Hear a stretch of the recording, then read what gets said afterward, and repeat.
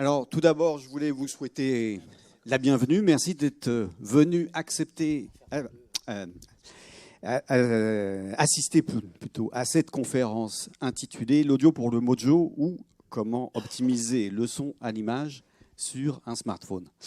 Alors, c'est vrai que le mojo ou le mobile journalism, qui repose donc sur l'utilisation d'un smartphone pour produire des reportages ou pour effectuer des captations vidéo, est une pratique dans l'air du temps. Il y a déjà eu des conférences sur la question avant celle-ci. C'est une pratique qui est dans l'air du temps. Pourquoi ? Parce qu'elle offre certains avantages. Je pense qu'on pourra en reparler. Par contre, on se retrouve un petit peu comme il y a quelques années auparavant, avec, je ne sais pas si vous avez connu la mode des petites caméras mini-DV, par exemple, ou encore plus près de nous, celle des réflexes numériques. Donc on se retrouve avec un outil qui est utilisé pour ses capacités images, donc vidéo, mais qui n'est a priori absolument pas conçu au départ, en tout cas, pour recevoir et pour contrôler au casque du son qui proviendrait d'un micro additionnel ou d'un système sans fil. Alors, à chaque fois, c'est un peu toujours la même histoire. Les pionniers, ils essuient les plâtres, ils essayent de trouver des solutions en adaptant des accessoires qui vont être conçus pour le réflexe numérique, par exemple, ou pour le home studio, voire en jouant un petit peu du Chatterton et du fil à souder, du fer à souder, pardon. Et voilà, aujourd'hui, après des débuts qui ont été héroïques, on va peut-être vous en reparler, on commence à trouver des amorces de solutions ici ou là.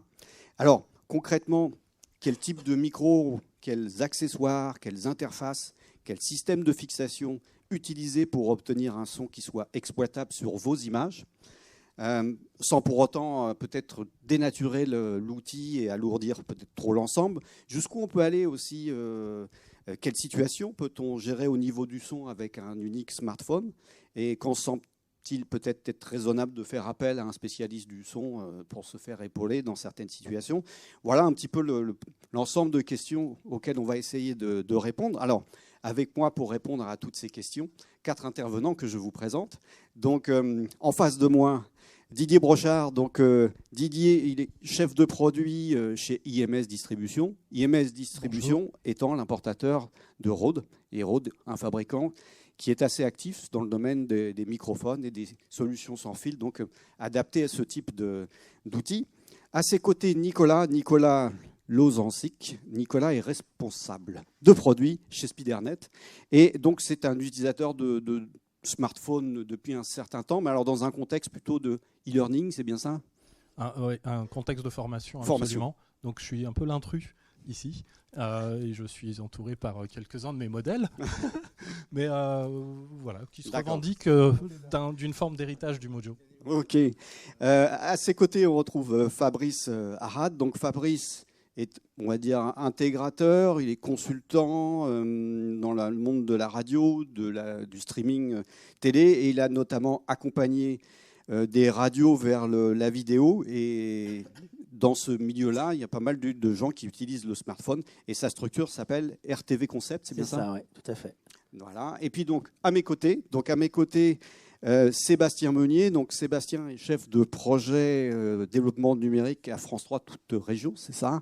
Et donc c'est à France Télévisions. Donc, et c'est un département où le smartphone est mis à contribution régulièrement, si j'ai bien compris. Tout à fait. Voilà. Donc on peut peut-être commencer après ce rapide tour de taille. Alors comment vous utilisez le smartphone et comment vous vous débrouillez avec le son ? Alors peut-être Sébastien, si tu veux commencer. Alors bonjour à toutes et à tous. Alors le smartphone, aujourd'hui on produit un contenu qui s'appelle l'étonnante santé d'Isa, qui est fabriqué à l'aide de 2 téléphones et de divers micros dont on reviendra un petit peu après. Donc essentiellement c'est pour produire des contenus audiovisuels, alors soit destination de l'antenne, là pour le coup c'est France Info, et des antennes numériques de France Télévisions. Puis on l'utilise aussi pour faire des contenus vidéo accès réseaux sociaux, diffusion sur des Facebook, des Instagram, des Twitter. Voilà, pour répondre à ta... D'accord. Et alors, du coup, au niveau du son, comment ça se passe ? Comment on se débrouille ? Alors, On se débrouille pour l'instant.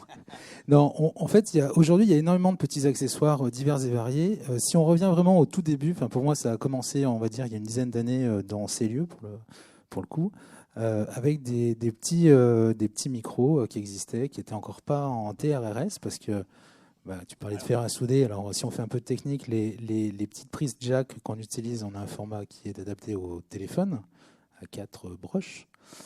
Alors c'est ça, TRRS, ça veut dire type, ring, et l'autre c'est quoi?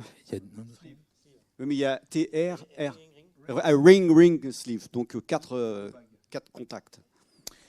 Et alors quand il y a une dizaine d'années, on commence à se dire on va utiliser ces téléphones, ces smartphones pour produire du contenu vidéo, tout ce qui est micro justement n'existe pas. Il y a vaguement une boîte américaine qui s'appelait ALM Media qui faisait ça, un adaptateur, et là ce jour on a découvert cet adaptateur, ça a permis de brancher des micros traditionnels en jack sur des téléphones. Alors, je reviens juste à précision des 4 points, c'est pour préciser. Donc il y a les 3 points classiques d'un casque, gauche-droite, et le 4e point, c'est pour le micro. C'est ça la différence, c'est que pour juste un petit détail sur ce système, quand vous branchez un kit oreillette de votre téléphone habituel, 4 points, vous avez micro et casque. Donc parfois, quand vous le branchez sur un appareil normal qui ne fait que player, c'est-à-dire que pour un casque, vous devez avoir un effet parfois particulier parce que ce n'est pas qu'un casque. Il y a le petit point qui est au milieu, vous avez 3 points qui seront pour 2 pour le casque et 1 pour le micro, et donc vous avez un point du micro qui vient se caser au même endroit que le point du casque. Donc ça peut être un truc qui vous fait dire qu'il y a un son bizarre sur votre enregistrement quand vous écoutez sur votre ordinateur.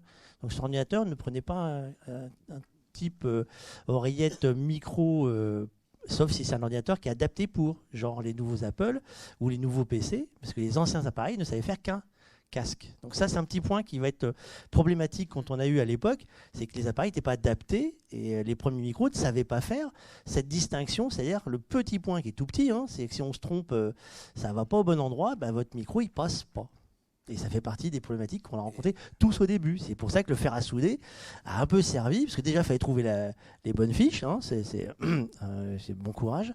Je ne sais pas où vous les avez trouvées. Aux États-Unis, oui, c'était ALM Media, qui était une boîte qui faisait les premiers supports pour téléphone. On avait même des vis photos. Quand on a découvert ce truc-là, on s'est dit que là, les choses allaient commencer là, puisque finalement, très rapidement, on s'est dit que l'image allait s'améliorer avec la technologie. On filmait dans des conditions, avec des images qui étaient de qualité plutôt mauvaise, on va dire. Mais rapidement, on s'est dit qu'il fallait qu'on puisse avoir un son exploitable, acceptable, puisqu'on ne pouvait pas mettre le focus sur l'image, mais qu'il nous fallait un son. Et pour avoir ce son-là, il nous fallait ces petits accessoires qui commençaient à sortir aux États-Unis. Et là, on est en 2010, 2011, pour resituer la chronologie du truc. Mais oui, c'est ça, voilà. D'accord. Et alors Nicolas, quel genre de programme tu produis, dans quel contexte le contexte, c'est de la vidéo. Après, c'est destiné à des personnes qui vont les utiliser pour se former. Mais rapidement, j'ai raccroché un peu le wagon, pas dans les premières années, mais parce qu'il s'agissait de produire, d'essayer de trouver des moyens de production qui soient économiquement viables. On s'est retrouvé de la même façon. Je crois que le jour où tout a commencé, je pense, dans mon souvenir, ça doit être Laurent Close qui avait propulsé un tweet pour témoigner de l'activité d'une boîte de com aux États-Unis qui venait de tourner sa première pub uniquement à l'aide d'iPhone 5. Ce jour-là, je suis resté un peu scotché sur ma chaise en me disant putain, mais c'est incroyable, c'est exactement là qu'il faut qu'on aille, parce que de toute façon, pour raccrocher justement à mon activité, tout le monde est équipé d'un smartphone, absolument tout le monde.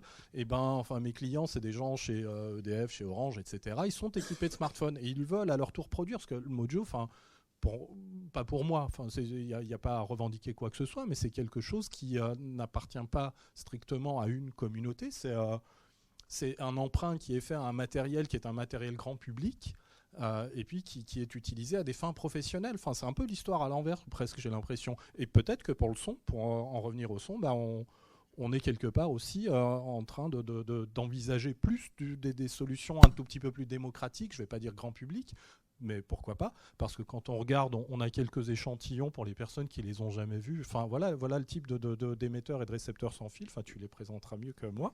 Il y en a d'autres que toi aussi, tu peux présenter. Mais voilà quelque chose que n'importe qui sait faire fonctionner et qui, manifestement, quand on écoute l'avis des professionnels, est du très très bon matériel. Donc voilà, j'utilise tout ce que l'on est en train de présenter pour des vidéos un petit peu plus institutionnelles. Alors peut-être, avant de reparler du son à proprement parler, pourquoi utiliser un smartphone pour produire de la vidéo dans un contexte plus ou moins pro? Est-ce que c'est fort? Alors là, il y a le côté un peu populaire de l'appareil, mais est-ce que le prix est une... je dirais une justification forcément.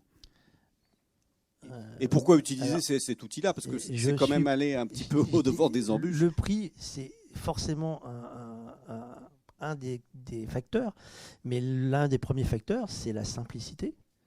Je prends un téléphone, je mets en mode vidéo, j'appuie sur un bouton, point. Il n'y a pas de réglage, c'est automatique, tout est fait.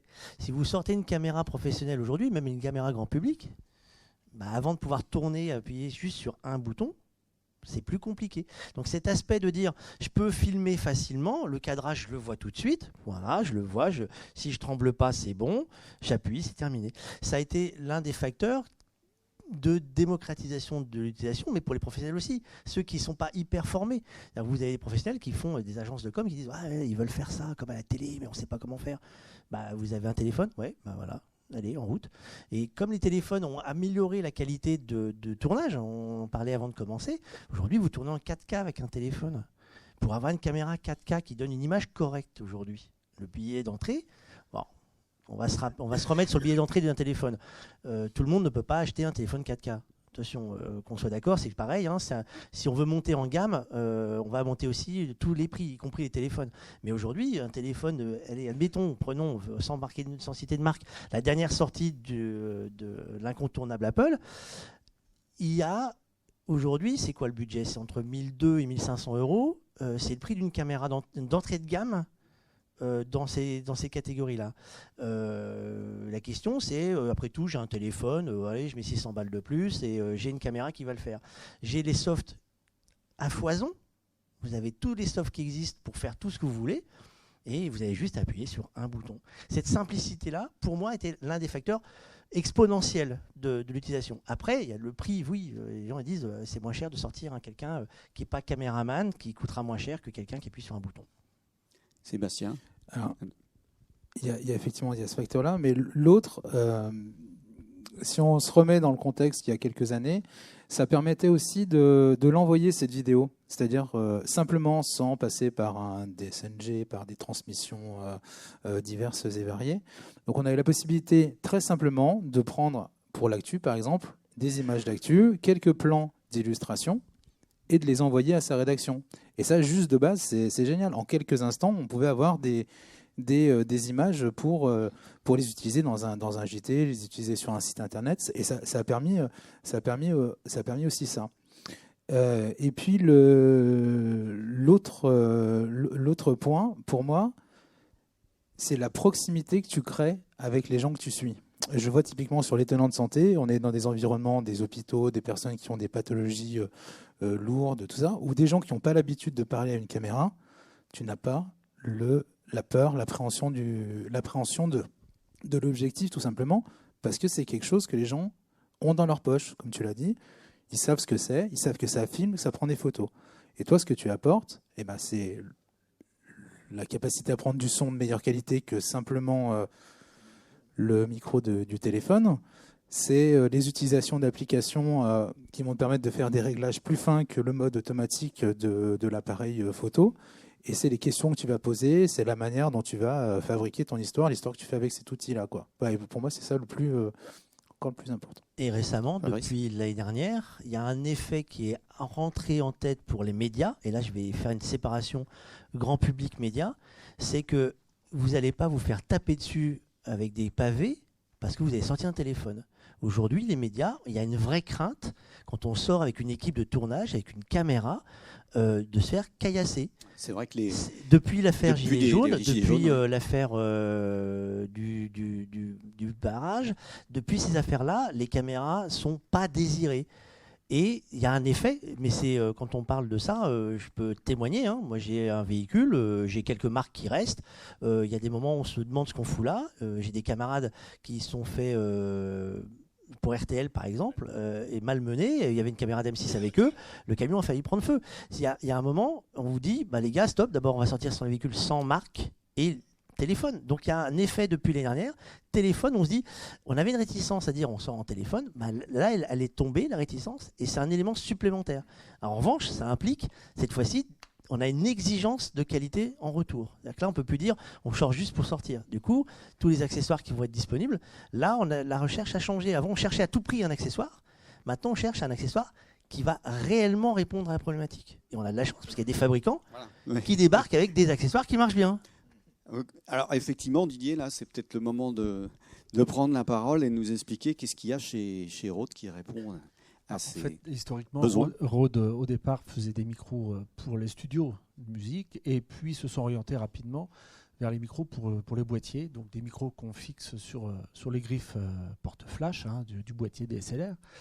Et puis, un jour, ils ont sorti pour l'iPhone 4 un micro stéréo avec un super convertisseur qui permettait faire des prises de son et d'image de très haute qualité. On se retrouvait, pour être un petit peu technique, en 24 bits 96 kg, donc c'est vraiment ensuite de l'audio exploitable. C'était donc sur la prise 30 points de l'iPhone 4, donc voilà, ça date un petit peu. Ça date un petit peu, oui. Voilà. Il y avait un petit peu de poids, voilà, c'était les prémices, mais en fait, l'élément déclencheur, c'était la mise dans toutes les poches du smartphone. L'arrivée de la prise Lightning a changé beaucoup de choses aussi, parce que mine de rien, c'est une connectique qui est très facile, qui n'est plus fragile comme l'était la 30 points. Et en fait, ils ont développé tout un tas d'accessoires autour de cette prise Lightning, des accessoires qui ont évolué en même temps qu'a évolué l'utilisation, bien sûr, du smartphone, la migration de la prise d'image et de son en partant d'une petite caméra et d'un boîtier DSLR vers le smartphone individuel. Voilà. Donc voilà, Rode a développé toute une gamme de produits, y compris maintenant une gamme sans fil de la série Rode Link, qui a commencé avec le Filmmaker, donc qui a un petit émetteur-récepteur qu'on met dans la poche, qu'on met dans la ceinture, qu'on peut fixer aussi sur le boîtier avec un petit micro-cravate lavalier hyper discret. Mais on n'était pas encore tout à fait dans le cœur de cible, c'est-à-dire une prise d'image de proximité à 2, 3, 4 mètres de l'objectif, avec une personne qui génère du contenu, qui parle de 1000 et un domaines, mais qui a besoin de ne pas avoir de fil, qui a besoin d'être à quelques mètres de son objectif, et surtout qui n'est pas forcément technicien, donc qui a besoin de mise en œuvre hyper facile. Donc voilà, c'est à la suite de la série Rode Link, c'est la sortie du Wireless Go, donc avec un petit micro clipsable à la boutonnière, donc ça pèse 30 grammes. Donc c'est l'émetteur qui est aussi lui-même équipé d'un micro. Donc là, effectivement, il y a un micro qui est ici, donc qui est inclus dans l'émetteur. Donc alors là, évidemment, avec l'image, on peut arriver à ce que ce soit plus ou moins discret.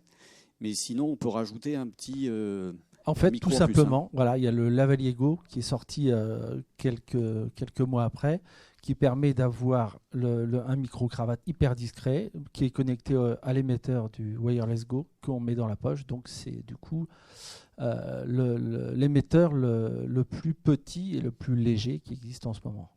Et donc on est dans la bande de 2 Go 4, donc c'est un appairage très très rapide. On peut avoir plusieurs dans la même pièce, donc c'est hyper souple.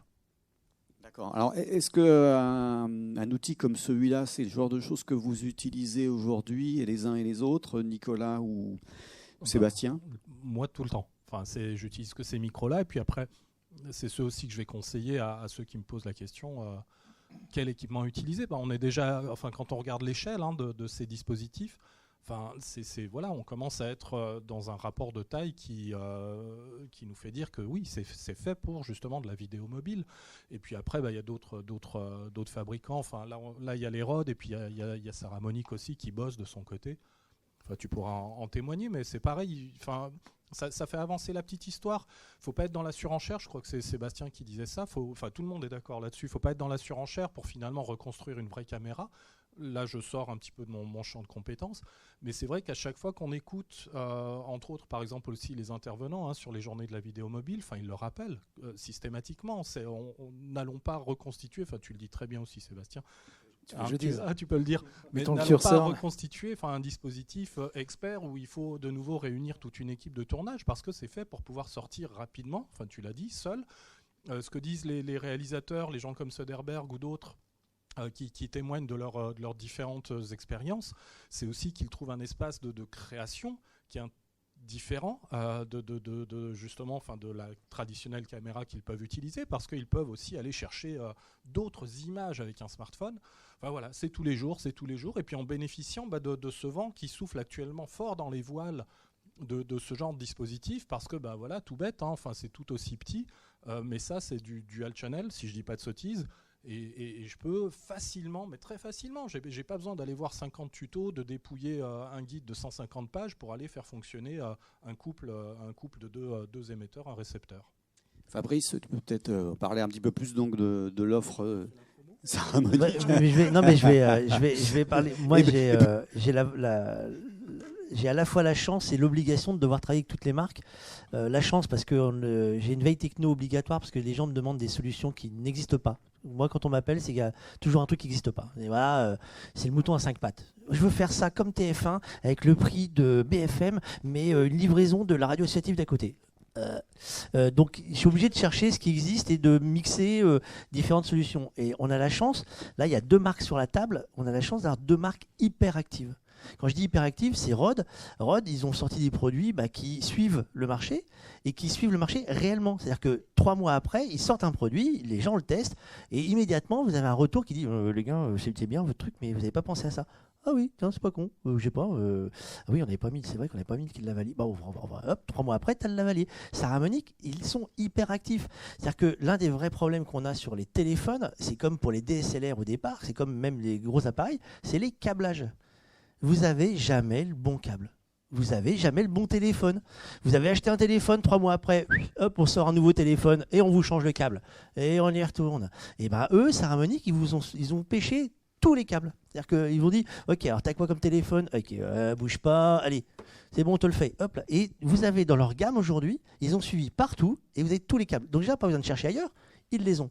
Après, ils arrivent à suivre c'est là où je les trouve assez actifs. Ils arrivent à suivre, à sentir le marché. C'est-à-dire qu'ils se sont dit, ok, alors les gens utilisent ça comme ça, qu'est-ce qui plaît, qu'est-ce qui ne plaît pas ? Et là, ils ont adapté. Donc le 2 Go 4, c'est très bien. Qu'on soit d'accord, c'est très très bien quand vous voulez faire de la proximité. Vous voulez filmer un gars qui est à moins de 10 mètres, 2 Go 4. Allez-y, faites-vous plaisir. Si vous voulez commencer à faire comme à la télé, le gars qui arrive là à 30 mètres plus loin et qui parle et on fait plusieurs plans et autres, oubliez le 2 Go 4. Ça ne marchera pas.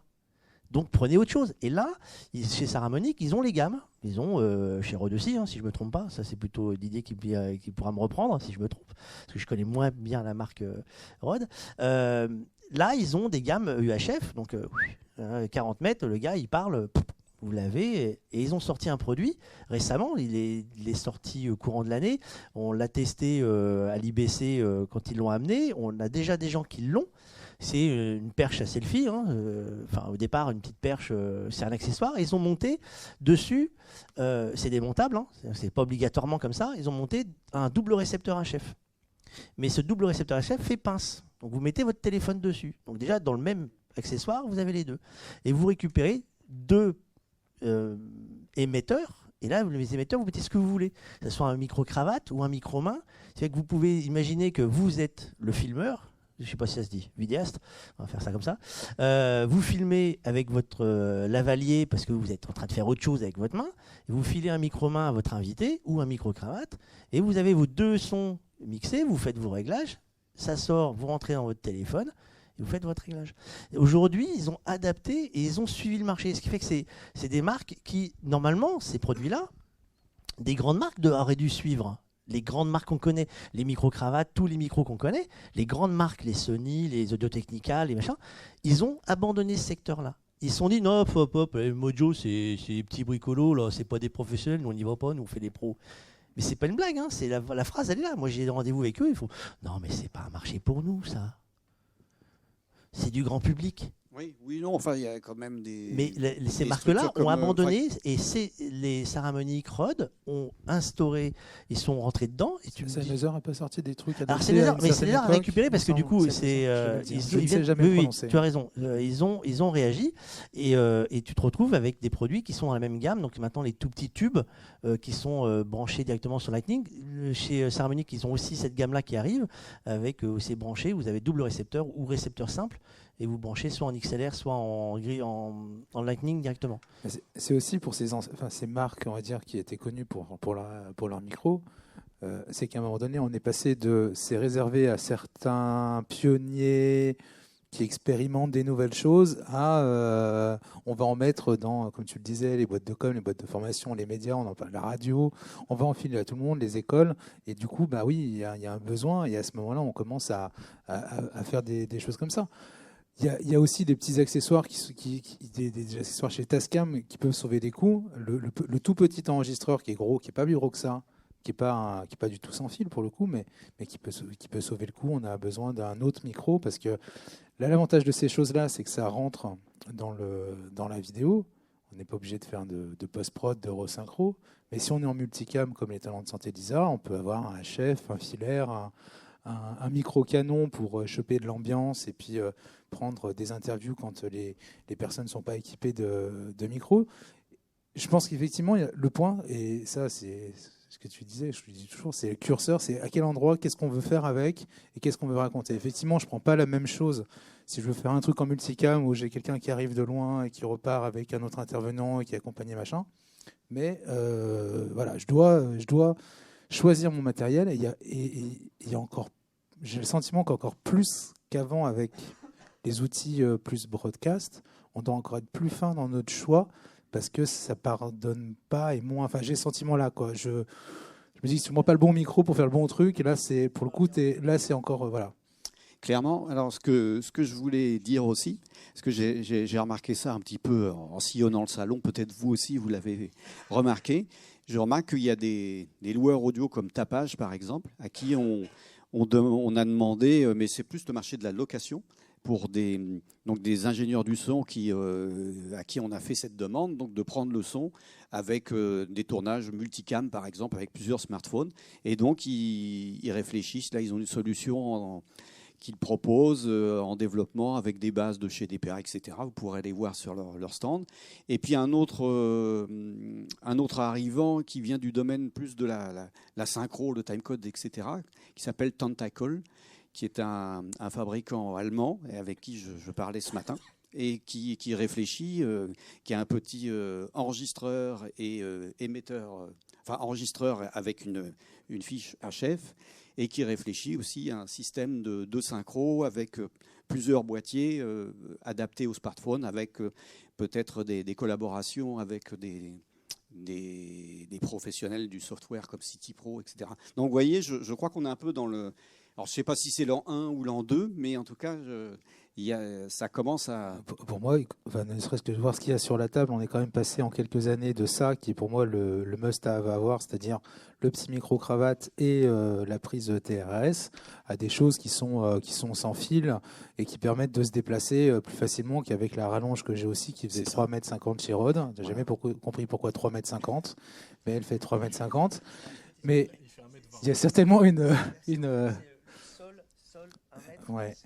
Mais donc voilà, donc les choses évoluent et je pense qu'on est même plus que dans l'an 1 ou l'an 2. Enfin, là, ces produits-là, ils ont quelle oui, 6 mois, non, peut-être. Quelle durée 6 mois. Ça vient de sortir. C'est les développements de l'année. C'est ce qu'on appelle les développements de l'année. C'était annoncé au NAB ou sous le manteau. En fait, alors, pour bien comprendre l'univers du broadcast, parce qu'il faut revenir qu'aujourd'hui, les acteurs sont à mi-chemin entre le broadcast et le grand public. On est quand même plutôt dans l'univers professionnel. Il y a 2 grandes messes dans l'année. Il y a le NAB à Las Vegas qui est en avril, il y a l'IBC à Amsterdam en septembre, et après vous avez le Satis qui arrive ici.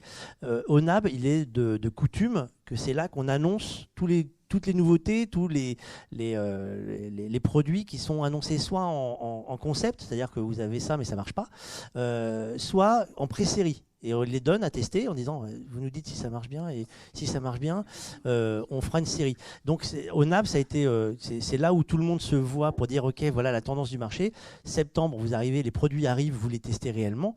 Et là maintenant, on les a vraiment en stock. C'est-à-dire que là maintenant, vous pouvez aller trouver tous les revendeurs qui ont les marques Rode, Saramonic et toutes celles qu'on pourrait citer. Vous allez trouver les produits. Et après, vous avez les nouveautés qui vont venir. Mais aujourd'hui, dans la tendance, c'est quand même les produits portables. C'est-à-dire ils sont à des clips. Chez Nézer, c'est pareil, c'est des petites griffes et autres. Portable, pourquoi ? Parce que vous pouvez le cacher sous la veste et que mine de rien, vous gardez comme le micro qui n'est pas très loin, à 40 cm de la bouche, et que c'est plus léger, c'est sur batterie. Alors après, on pourrait en parler. Les problèmes de batterie, c'est que c'est attention à ça, un petit détail pour ceux qui exploitent. C'est gentil de le charger et de le mettre de côté dans la valise. Faut juste une batterie, ça se décharge. C'est-à-dire que la veille du tournage, vous vérifiez que c'est chargé. Parce que ça, c'est la blague à tous les jours. Hein. C'est même avec des pros. Hein. C'est sur batterie. Donc, il faut le charger. Donc, ayez toujours un maintenir truc. La charge. Non, mais c'est du vécu, malheureusement, avec des équipes professionnelles. Hein. Vous partez en déplacement, en tournage, c'est chargé. Ouais, c'est chargé. Ouais. Vous arrivez le lendemain, zéro. Voilà, donc on est content d'avoir du fil. Voilà. Donc, après, vous avez des modèles à pile. Hein. C'est parfois, sur des tournages, on va préférer les modèles à pile, tout simplement parce qu'on est sûr de trouver des piles dans n'importe quel pays au monde. Vous pouvez en Afghanistan, on y est au fin fond de l'Irak, en Chine, n'importe où, vous trouverez des piles. C'est le sketch des inconnus avec le chercher les piles. Ça, on trouvera partout dans le monde des piles. À recharger, c'est pas gagné. Donc, faut le savoir. Mais tous les modèles se sont fait avoir à un moment ou à l'autre. Je sais pas chez toi si c'est pareil, mais on s'est tous fait avoir un jour. Hein. La batterie, on oblige à recharger. Toujours un micro-fil au cas où. Mais c'est dans les caisses à outils, il y a ça. Oui, on parlait tout à l'heure d'une notion. L'erreur, on la paye cash aujourd'hui. C'est que les gens sont de plus en plus exigeants. Quand vous fournissez un produit que vous mettez sur Internet, les gens demandent de la qualité aujourd'hui. Parce que avant, Internet, c'était une image toute pourrie. On avait du 360p. Alors pour ceux qui ne savent pas ce que c'est, hein, vous prenez la Full HD, c'est à peu près ce que vous voyez sur votre télé.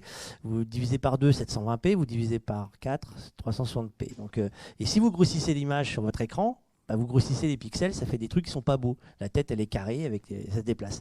Et maintenant, on n'accepte plus ça. C'est fini. Mais c'est pareil pour le son. Parce qu'à l'époque, quand vous aviez votre télé, elle était mono. Vous aviez un son un peu particulier. Et je vous mets au défi de prendre des émissions de télé d'archives, de les enregistrer et de n'écouter que le son. Vous allez dire, mais comment on écoutait ça ? Aujourd'hui, vous avez des télés ou téléphones avec... téléphones, c'est pire que la télé, hein. Votre téléphone, vous avez des écouteurs stéréo dans les oreilles. Le moindre défaut sur l'audio, vous le pêchez tout de suite. La coupure mal faite, l'audio qui... C'est impossible. Ça passe pas. Votre sujet, au bout de 10 secondes, le mec, c'est bon, ça va, dégage. Pareil, sur les niveaux. Les niveaux, c'est là où c'est magique. Pour beaucoup de gens, c'est régler un niveau, être ingé son, moi c'est ma formation de base, régler un niveau, c'est un vrai métier. Ça remplace un ingé son la plupart du temps. J'ai fait la question méchante pour le mettre. Mais justement, est-ce que. Ouais. Pourquoi se passer des. Parce que c'est souvent l'idée qu'on a de ces nouveaux outils, que ça va enlever les compétences ou les. Alors, on va revenir. Je fais volontairement la question parce que je pense qu'elle est importante. On va revenir à la destination du produit. Pour quelle destination tu fais ton produit. Si vous faites un podcast vidéo, alors attention, je vais dire podcast c'est audio, podcast vidéo on rajoute vidéo, mais podcast c'est forcément de l'audio. Mais pour faire un produit vidéo, vous faites pour vous. Voilà, vous faites une vidéo, voilà, mamie, voilà, je suis ici en vacances, tu vois, c'est la poste à gauche, c'est machin bidule. Le son, vous en moquez un peu, c'est mamie qui regarde. Si vous faites un produit professionnel que vous vendez, vous voulez un résultat final propre, même si ça le fait, vous allez généralement avoir tendance à repasser en post-prod et vous allez vérifier votre son, le normaliser, le calibrer, et peut-être même le traiter pour être sûr que ça donne ce que vous voulez voir. Parce que rien de pire que vous allez sur Internet, de mettre play et d'entendre. Vous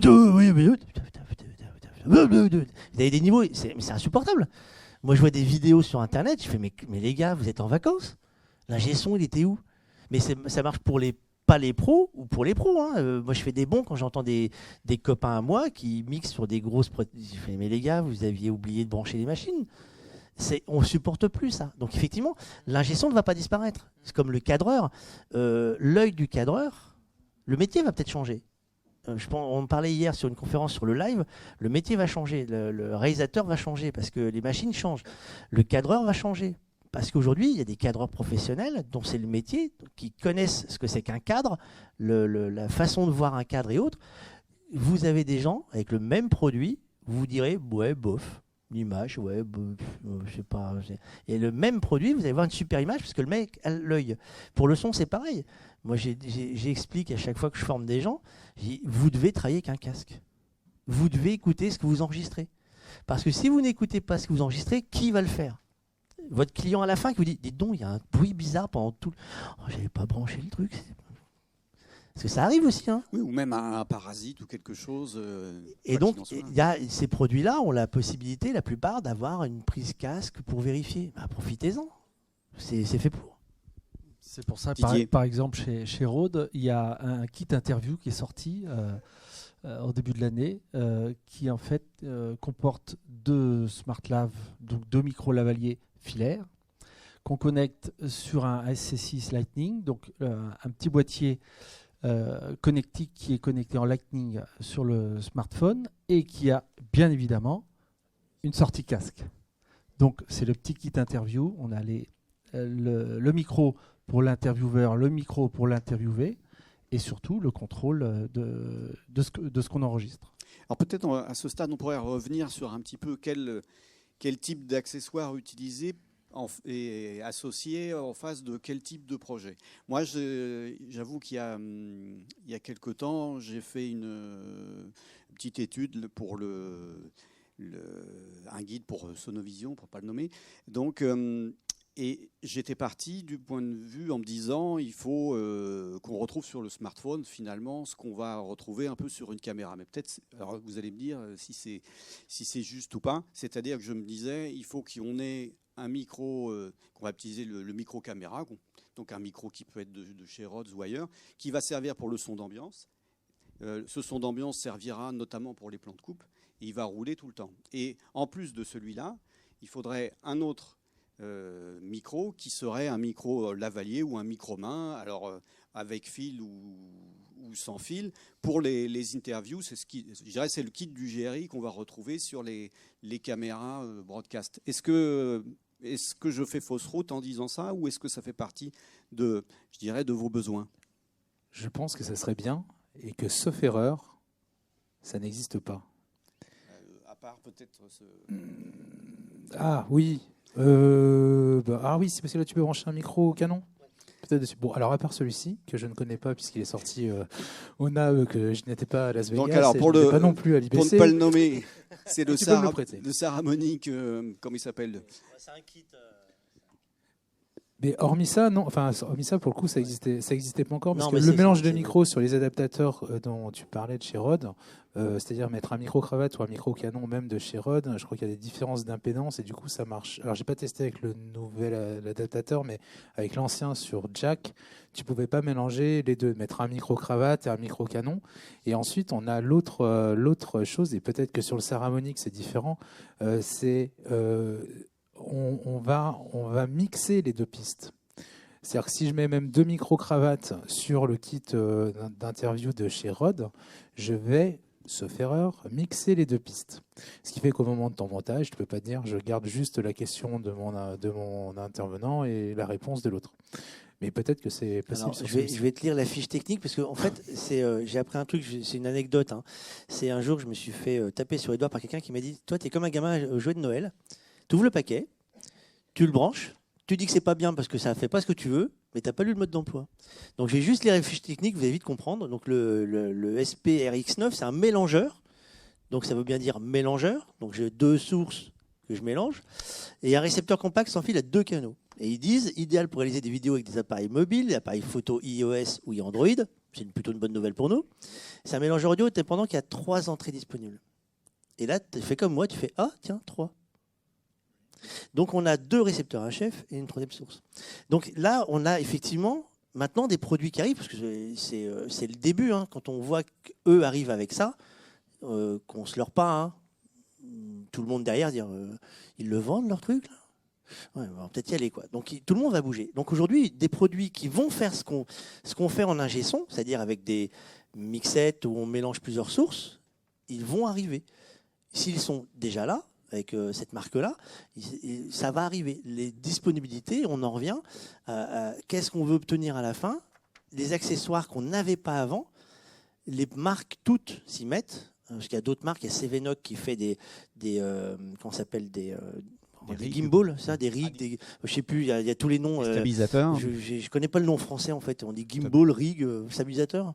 Ouais, c'est voilà, des perches, des crochets, vous mettez votre téléphone, vous mettez des accessoires.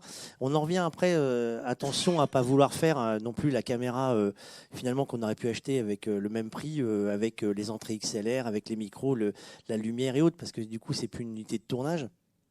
Même c'est vrai qu'ils font ça très bien. Vous pouvez voir le développement d'un... Je vais diverger par rapport au Mojo, parce qu'ils sont acteurs aujourd'hui, c'est CT Pro. CT Pro, c'est au départ un logiciel qui a été développé par une télévision de Tourcoing, une télévision locale, qui a dit moi les caméras elles reviennent, sont abîmées, les mecs ne savent pas s'en servir et autres. En interne, il y avait un développeur qui a dit je peux te faire une application. Ils l'ont tellement bien fait, ils sont tellement allés au-delà que finalement maintenant tout le monde peut travailler dessus. On peut filmer, enregistrer, monter, pré-monter, pré-éditer, vous exporter directement sur le logiciel de montage. Et ils ont créé la poignée de tournage qu'il leur fallait. Parce qu'en fait, ils ne trouvaient pas dans le marché. Parce qu'effectivement, là, on parle des accessoires audio et vous avez tout le reste sur lequel on va accrocher ces accessoires. C'est ça, parce que c'est bien beau d'avoir des accessoires audio, mais encore faut-il les accrocher. Les accrocher, les fixer. Et après, on va parler d'un détail non négligeable. Vous allez voir, c'est que l'audio, on parlait de batterie tout à l'heure, c'est le vrai défi qu'on va avoir maintenant, c'est de savoir comment on met tout ça ensemble. Et ils ont produit une poignée où ils se sont dit, ok, très bien, notre problème c'est qu'il faut qu'on puisse accrocher notre micro HF.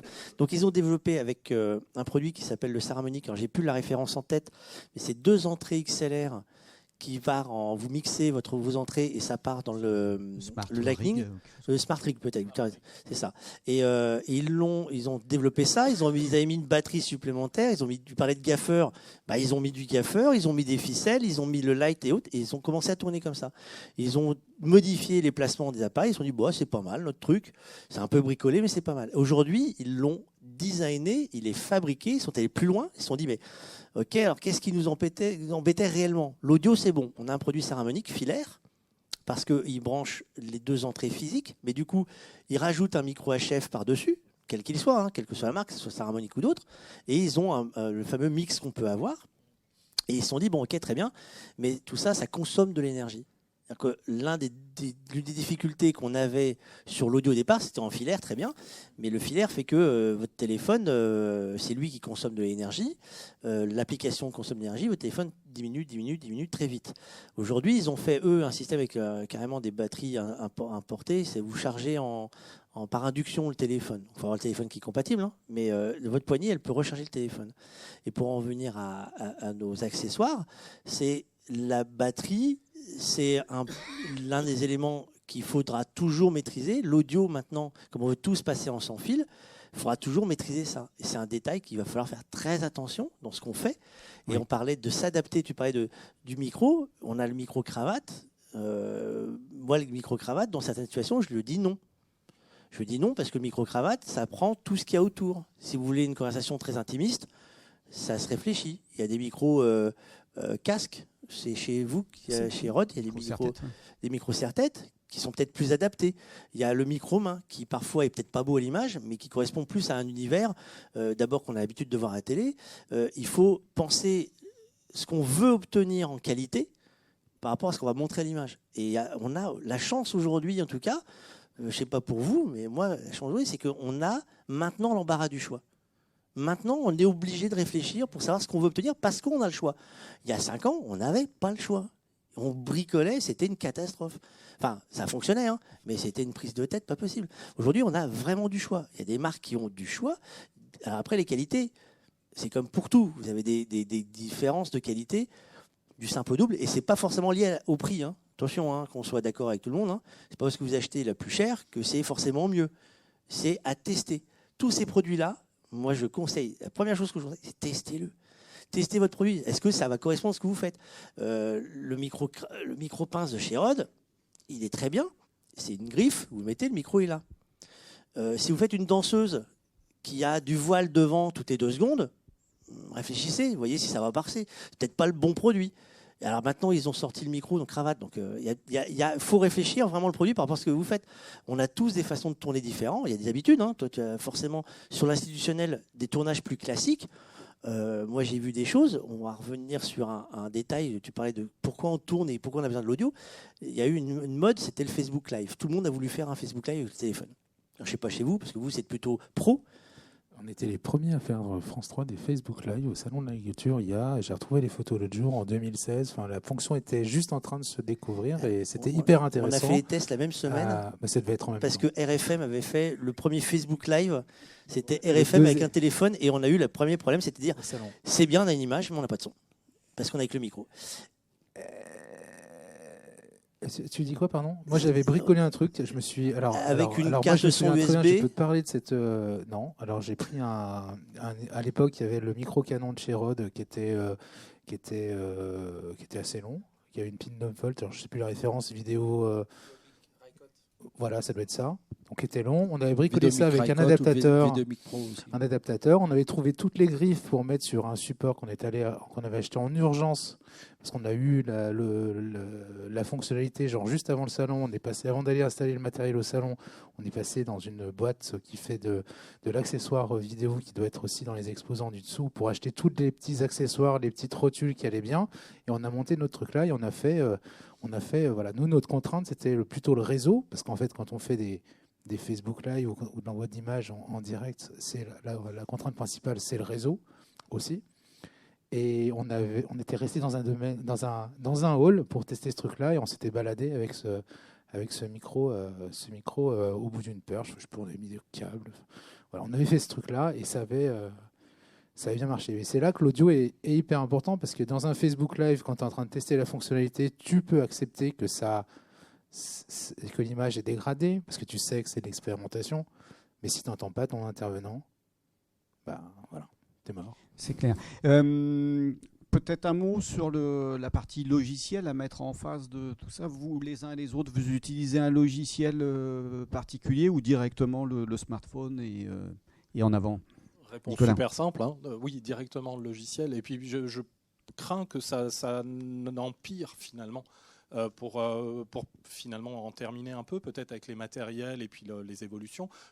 Justement, quand je dis pas de logiciel, c'est peut-être parce qu'on est quelques-uns à utiliser des applications comme Filmic Pro, que la plupart connaissent vraisemblablement. Mais si je dis pas de sottises, ces gens-là ont annoncé pour soit la fin de cette année, soit le début de l'année prochaine, une application qui s'appellera Filmic Audio et qui permettra de carrément se dispenser de boîtiers.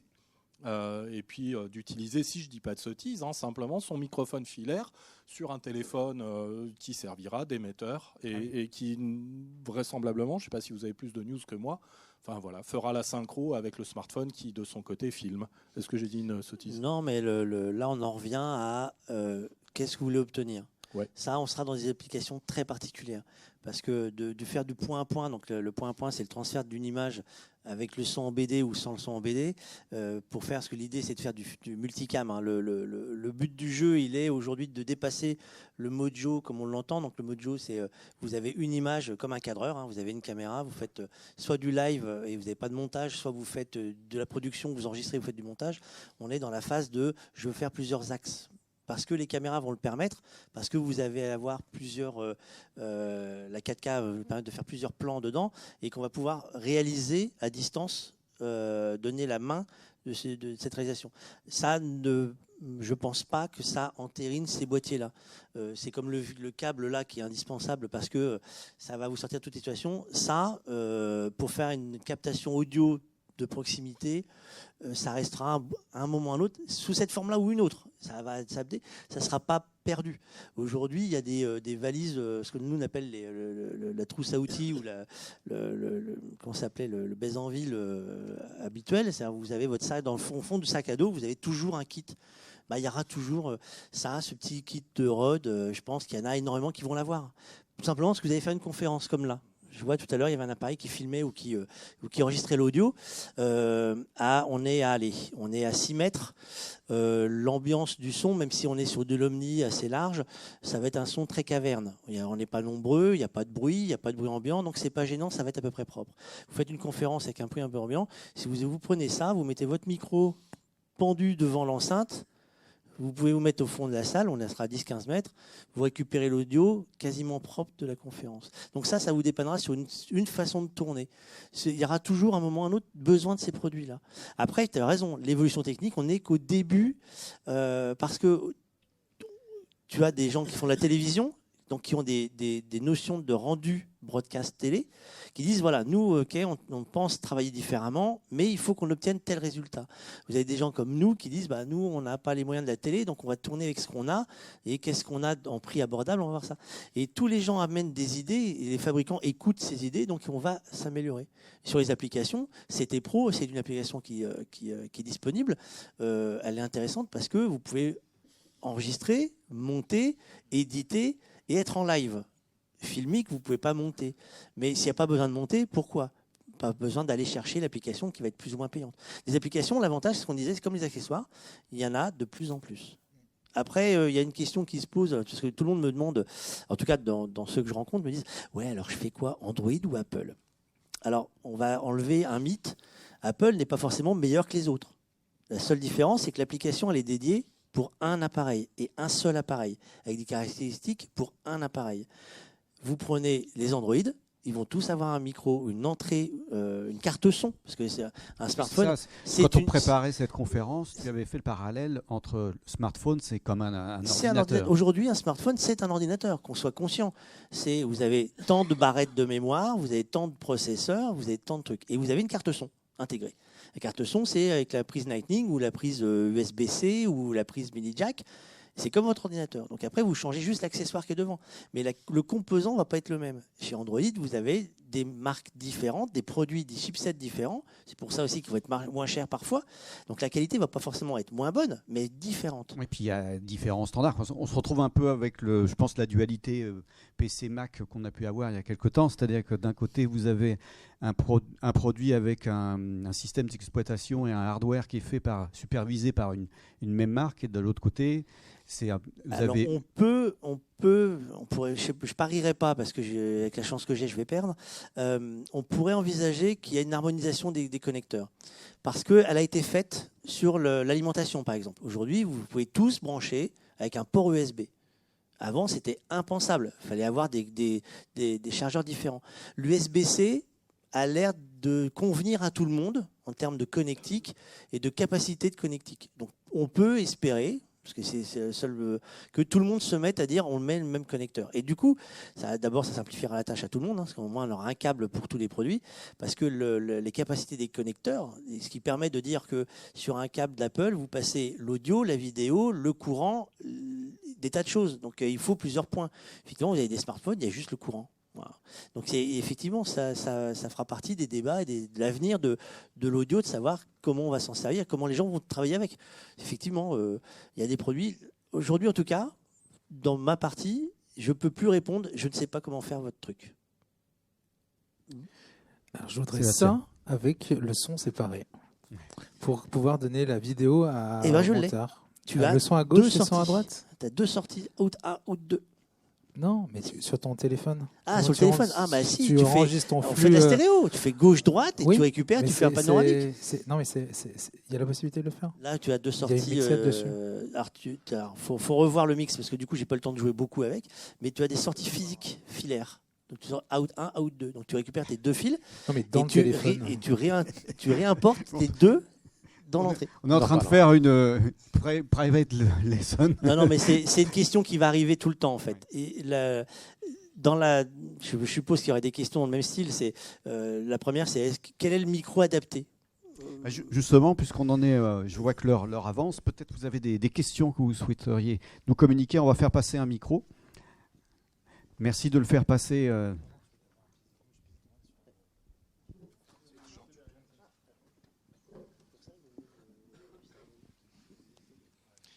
Oui, non, juste du coup, depuis quelques années, Apple a fait le choix de supprimer la prise jack de ses téléphones. Bientôt la prise de Lightning, bon, il y a des rumeurs, mais qui pourrait également disparaître par rapport à la recharge sans fil. Du coup, j'ai plutôt deux questions. La première, c'est est-ce que c'est le bon moment pour investir dans un kit son? Et la deuxième, pour le monsieur de chez Rode, quelles seraient les solutions pour faire face à ces évolutions? Alors, qui veut répondre? Peut-être Fabrice dans un premier Sur temps. l'idée d'acheter, je vais vous faire une réponse de Gascon. C'est simple. Soit vous attendez que le produit arrive, à minima 6 mois, au mieux 1 an ou 2 ans, soit vous commencez à travailler dès maintenant. Voilà. Il n'y a pas de réponse magique. Il y a un moment ou un autre, si vous voulez y aller, il faut y aller. Il faut acheter le produit adapté.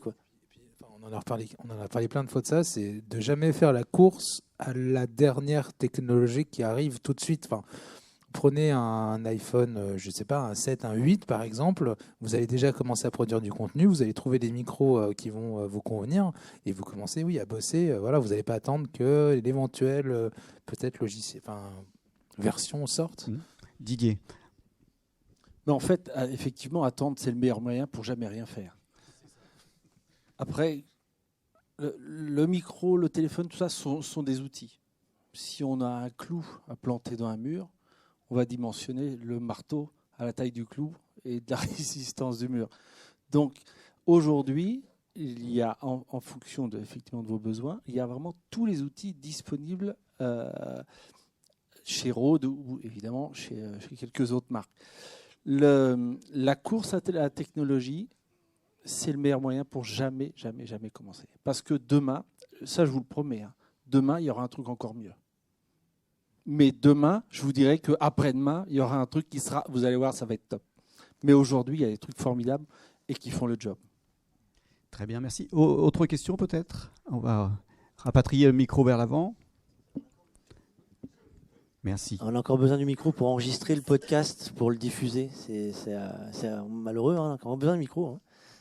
On vous écoute. Oui, en fait, j'ai une question peut-être un peu technique. La première est, est-ce qu'avec les deux kits que vous avez présentés, il y a la possibilité de régler les niveaux d'entrée du son ou pas? Et la deuxième est vraiment plus technique. Quelle solution vous pourriez proposer si je dois prendre les sons de 3 personnes en même temps? Alors, première question, y a-t-il des réglages sur le niveau d'entrée sur les différents produits qu'on a vus? Alors peut-être Didier avec le Rode.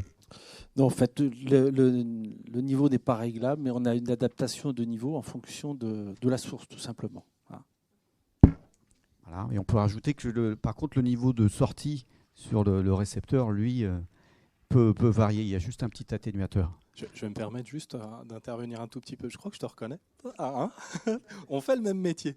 Là, je vais faire une réponse complètement débile, mais une fois, un client m'a appelé en me demandant comment je fais, Nicolas, pour brancher 3 micro-cravates sur mon smartphone. On a pris 2 adaptateurs DSC6. On en a emboîté un dans le second pour aller vers le téléphone, ce qui permettait d'avoir 3 jacks disponibles pour les micros et le 4e pour le casque. Et c'est une astuce que j'ai vu passer sur Twitter. C'est un journaliste britannique. Et ça marche. C'est de la bidouille. Par contre, le problème, moi, ça m'est arrivé par exemple d'enregistrer avec 3 téléphones différents et 3 micro-cravates différents. Le problème est que souvent, selon les timbres de voix, la voix est saturée. Et ça, c'est le gros problème et la grosse limitation. Là, on en revient à la question de tout à l'heure. Il y a un moment, il va falloir quelqu'un qui va gérer que le son. Parce que vous avez des kits HF qui arrivent aujourd'hui. Vous avez un récepteur pour 3 émetteurs. Un récepteur, 3 émetteurs. Donc, vous avez 3 micro-cravates et vous avez un seul récepteur qui va vous permettre de rentrer dans le téléphone. Ça existe. Si vous réglez votre niveau, parce qu'en fait, en base d'un G-son, c'est pas compliqué un émetteur, ça se règle. C'est-à-dire qu'à chaque intervenant, vous devez régler l'entrée du micro dans l'émetteur. Une fois que c'est réglé, on règle l'émission. Alors sur les 2 Go 4, il n'y a pas besoin, c'est automatique. Sur des classiques, on va régler le niveau d'envoi de lien, Et après, vous réglez votre sortie. Ça, c'est le métier d'un ingé son. Si vous voulez que ça se fasse, en automatique, ça ne marche pas. Ou alors, il va faire un truc simple. Je vais remonter tout le niveau ambiant, c'est-à-dire que tout ce qu'on entend là, si vous fermez les yeux, vous entendez des gens dans le couloir, vous avez entendu applaudir et autres. Moi, mon système automatique, il va remonter tout le bruit derrière. Donc, je vais avoir ma voix, mais j'aurai le bruit derrière. Donc, l'automatique, ce n'est pas la solution. Là, vous arrivez à une limite du jeu. Vous êtes 3 intervenants, on fait un prémix. Vous mettez vos 3 HF, vous mettez un mixette et vous rentrez dans le téléphone. Il y a un moment où ça sera préférable. Ce n'est pas forcément l'unique solution. C'est qu'à un moment, si vous voulez obtenir quelque chose de propre, il faut faire comme les pros. C'est pas pour rien qu'ils le font en fait. C'est pas parce que ça nous fait plaisir de payer un gars juste avec un casque et des émetteurs. Parce que si on peut s'en passer, je peux vous garantir que il n'y a pas de cadeau. Mais il y a un moment, s'il est là, c'est peut-être parce qu'il sert à quelque chose. Et là, on est peut-être dans le jeu. Tu veux peut-être là du coup préciser aussi parce que tu es concerné par ce genre de multi-points audio. Nous, par exemple, sur les tenants de santé, alors, pour mon histoire de mixage, nous, on a pris un enregistreur type Tascam avec 2 micros HF de tournage classique. Et nos autres intervenants, c'est-à-dire quand on est dans des groupes de personnes, on prend le micro avec un micro Canon Rode, là, le Vidéomic, je ne sais plus lequel exactement, Pro Plus. Qui te permet de choper l'ambiance ou de choper l'interlocuteur que tu vas voir. Mais après, c'est ça. Il ne faut pas qu'on refasse, et ça je le répète tout le temps, il ne faut pas qu'on refasse tout ce qu'on fait autrement. En bas, vous avez tout le matériel qui va bien pour faire du multicam avec du son topissime et avec un niveau de qualité énorme. Vous allez pouvoir filmer en 8K, machin, avec du son dans tous les sens. Enfin, le son omni. Voilà. En fait, non. Il faut pas. Il faut faire différemment, trouver les astuces. Mais il y a un moment donné où, comme tu le disais, c'est pourquoi tu as plein de gens sur un plateau de télé, parce qu'en fait, ils ont tous un métier qui fait qu'à la fin, ton image, elle est nickel, ton son, il est nickel, et que la vidéo, elle est partie sur toutes les télés de tout le monde. Voilà. Écoutez, je pense que ce sera la conclusion parce que je vois qu'on a atteint notre heure limite. Alors, je voulais encore vous remercier tous les 4. Merci d'avoir répondu à mon appel, c'était passionnant. Et merci à vous tous et toutes d'avoir assisté donc à cette conférence. Et puis, si vous avez quelques questions, je vous propose de nous rencontrer directement off the record. Merci encore. Je pense qu'on peut vous applaudir une dernière fois.